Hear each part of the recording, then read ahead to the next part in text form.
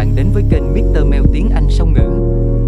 Học tiếng Anh cùng Mr MEO mỗi ngày bạn nhé. The future. I sometimes wonder what life will be like in the future. Life has changed so much in just the past few years. I'm sure that there are still big changes that are coming. Do you think we'll still drive cars? Maybe we'll get into computerized vehicles that we won't have to drive. We'll just push a few buttons and the vehicles will take us to wherever we have to go. Maybe there won't be roads. We might just fly through space to get where we want to go. Instead of telephones, we'll just use our computers. We'll be able to see each other when we talk. That type of thing is already happening.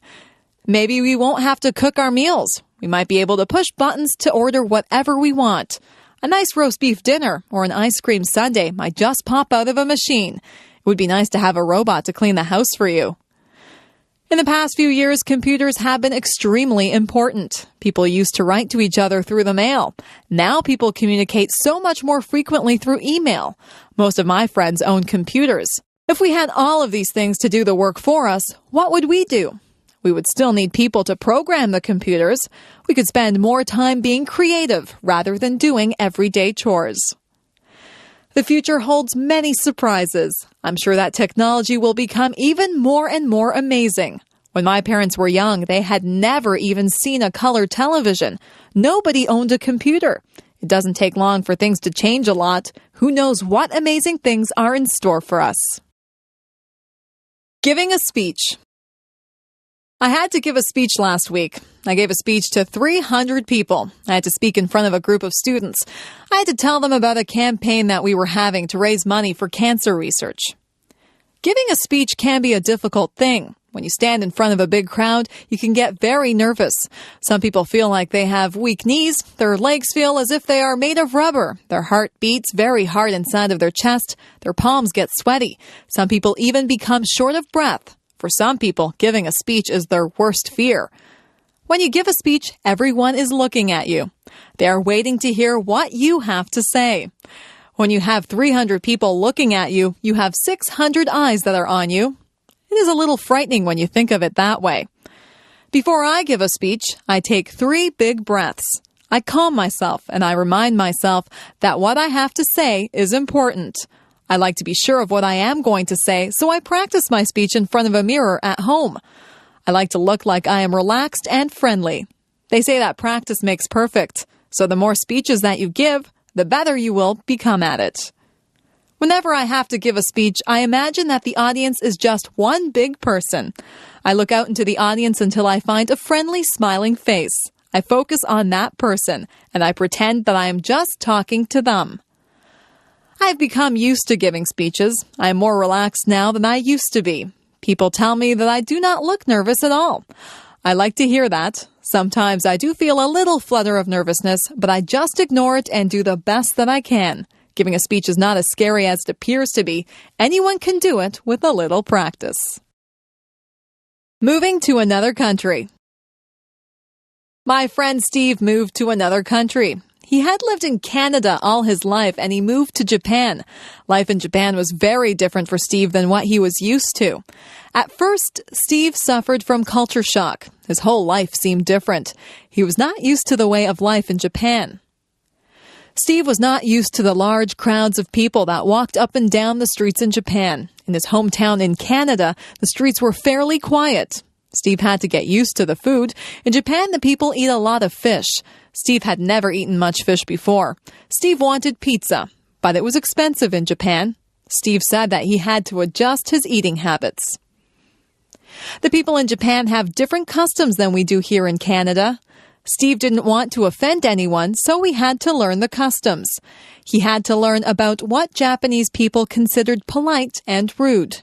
Sometimes in a foreign country, you can do something to insult someone without even realizing that you are being rude. At first, Steve had trouble with the language. He said that the only way to really learn the language is to talk to people. Steve talked to a lot of people.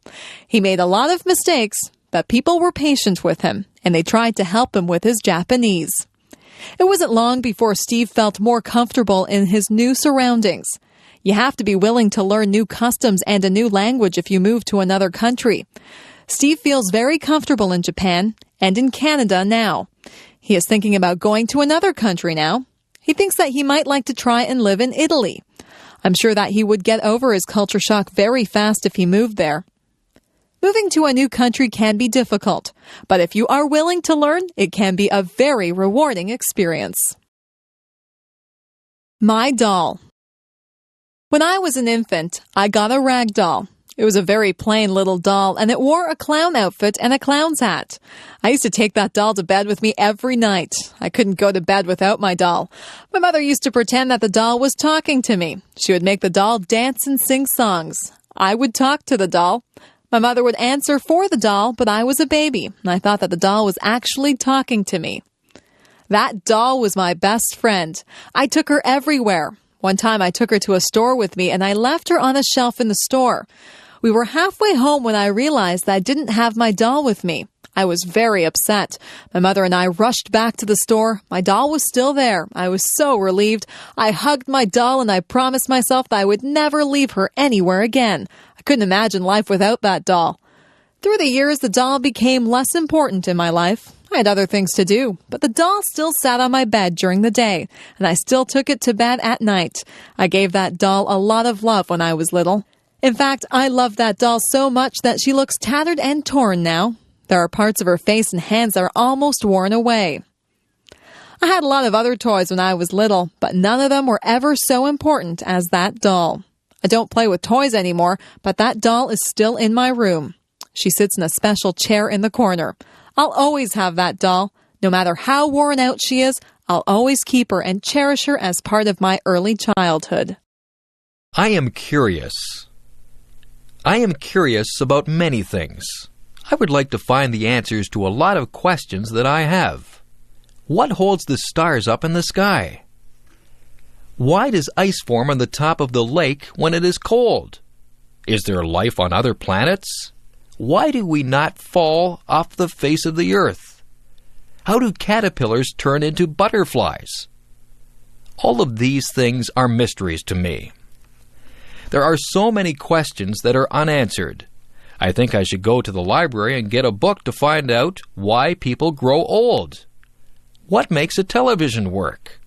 I also want to know where electricity comes from. Who is the strongest person in the world? Who is the smartest person in the world? Why do some people have blonde hair and some people have black hair? Why do people in different countries speak different languages? Why do people have to die? Why are no two snowflakes alike? What makes people fall in love? What makes the rivers run? Why does the sun rise every morning? How did the oceans form? Why did the dinosaurs vanish from the earth? I wonder if I'll ever find out the answers to all of my questions. I think I'll have to study hard and stay in school to find out everything that I want to know. Some questions never get answered. It is good to be curious. People who are curious about things are the ones who learn a lot, and some curious people go on to invent things and make important discoveries. Jazz. One of the most popular forms of music is known as jazz. Each year, hundreds of thousands of people attend jazz concerts and festivals in cities around the world. Jazz music, both old and new, is played on the radio and on home stereos. Two of the most important features of jazz music are improvisation and syncopation. Improvisation means that music is created spontaneously by the musician during a performance. In other words, the musician modifies some existing music in a new and interesting way.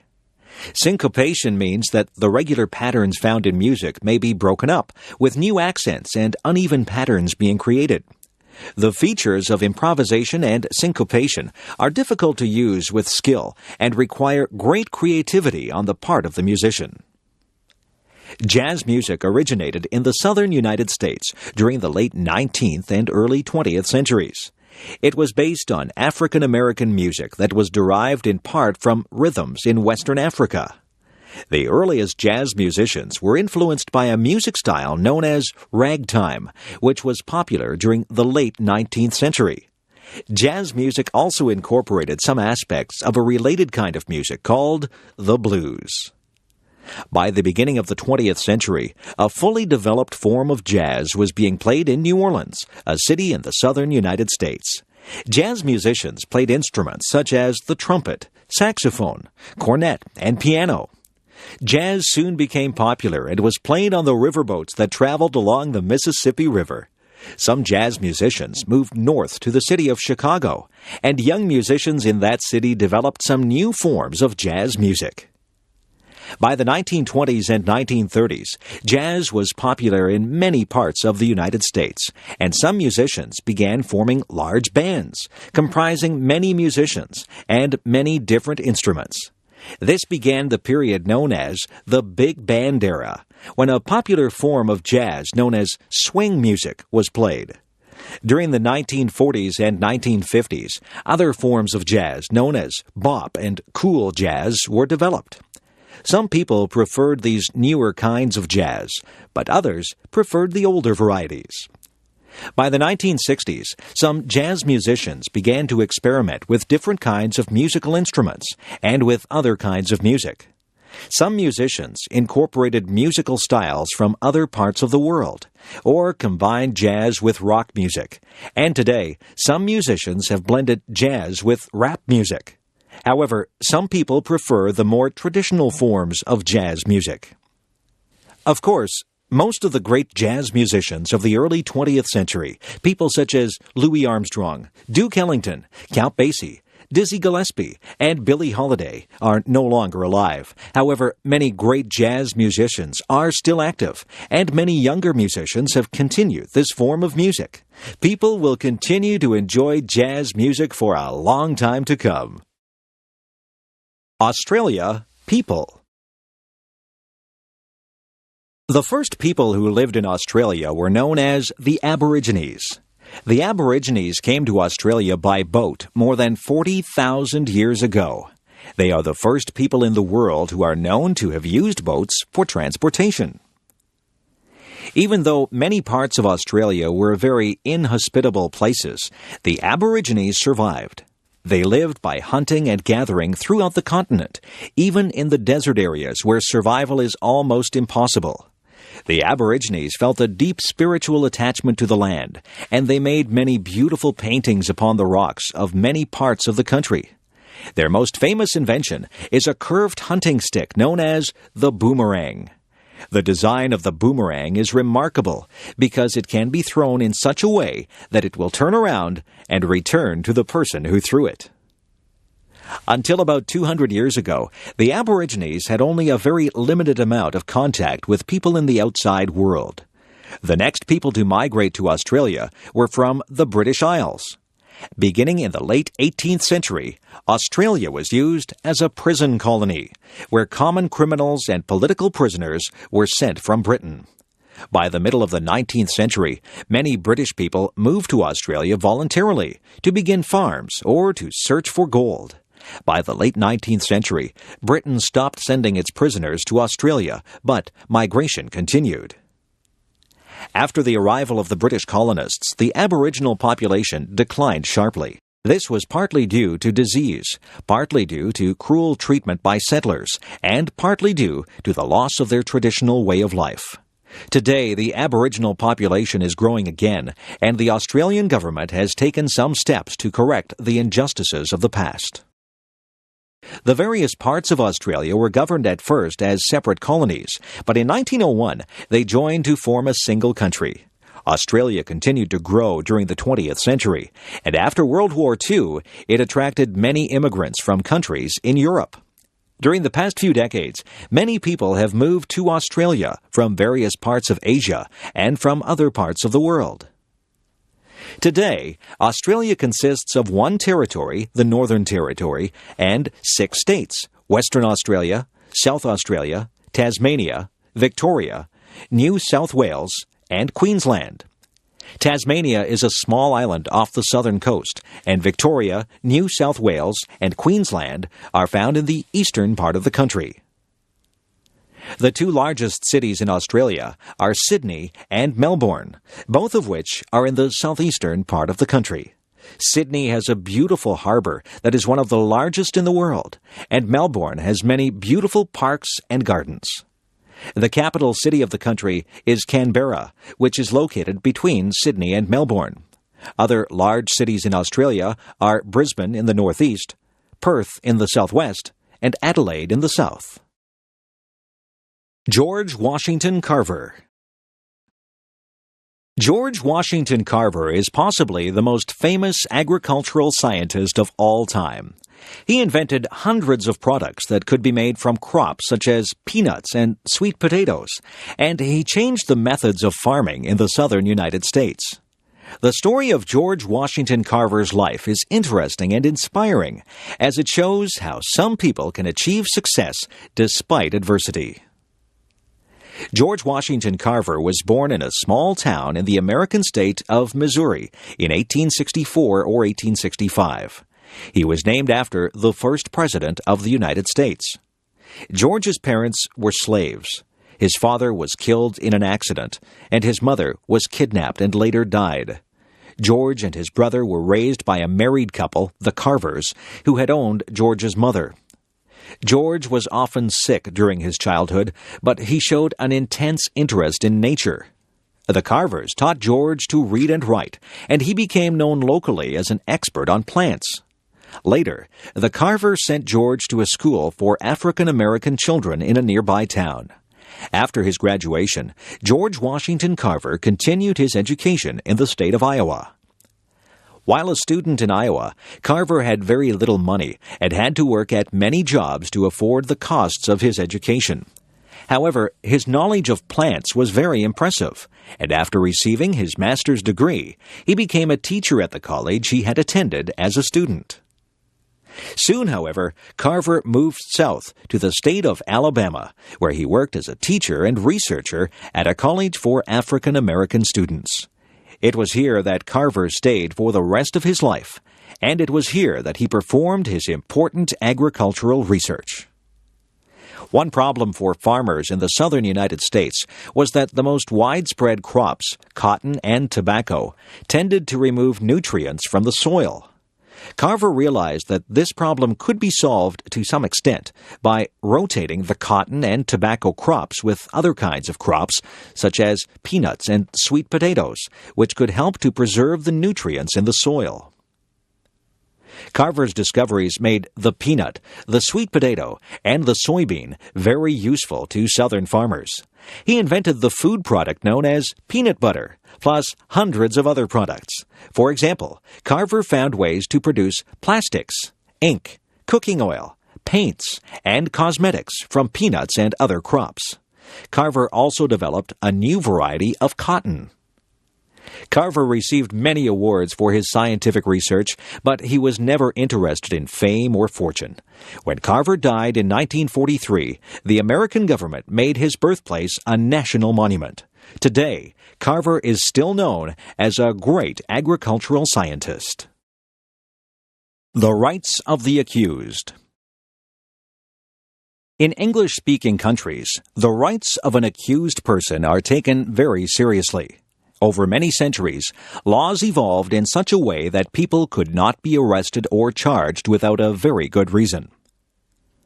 Of course, every country needs to enforce its laws. This means that police officers are needed, and so are prosecutors, the lawyers whose job is to make criminal charges against people who break the laws, and to prove that those charges are true. However, it is very important that people's freedoms are not taken away wrongly. People should not be punished unfairly, and people who are accused of crimes must have the opportunity to defend themselves. In some parts of the world, people can be arrested and imprisoned for long periods of time without any criminal charges being made against them. One of the most important principles of justice in English-speaking countries is that a person cannot be held by the police unless that person is charged with a crime. This principle is known by the Latin term habeas corpus. According to the idea of habeas corpus, the police are not allowed to detain a person for more than a certain period of time, usually 24 hours, unless some charge is made against the person. A judge will order the release of a person who is not charged with a crime. Another important feature of justice systems in most English-speaking countries is that accused individuals have the right to be represented by a lawyer. Most accused people want to hire an expert lawyer. However, even if a person cannot afford to hire a lawyer, the criminal court must provide a lawyer who will represent that person. The lawyer for an accused person is required to defend that person as thoroughly as possible. One of the most important aspects of justice systems in the United States and the British Commonwealth is that an accused person must be fully informed of any charges made against them. Also, any evidence that will be used to show the accused person's guilt must be shared with the accused person and with that person's lawyer. In this way, accused persons can challenge the truth of any evidence that will be used against them. Similarly, any person who acts as a witness against an accused person can be cross-examined by the accused person's lawyer. This means that the statements of a witness can be challenged by the accused person. Another important element of most English-speaking justice systems is that evidence must be obtained fairly. Police officers cannot simply enter a person's home to look for evidence of a crime. They must first have a good reason to believe that a crime has been committed, and they must obtain permission from a judge to enter the person's property. This permission is called a search warrant. Because search warrants are required, people are free from arbitrary invasions of their property by police. Finally, another important aspect of most English-speaking justice systems is that trials must be held in public, where other citizens can watch the trial. An accused person is not tried secretly. Moreover, as discussed in another passage, the accused person has the right to be tried by a jury of other free citizens. All of these rules ensure that order can be maintained without taking away the freedom of innocent people. Thanks for watching.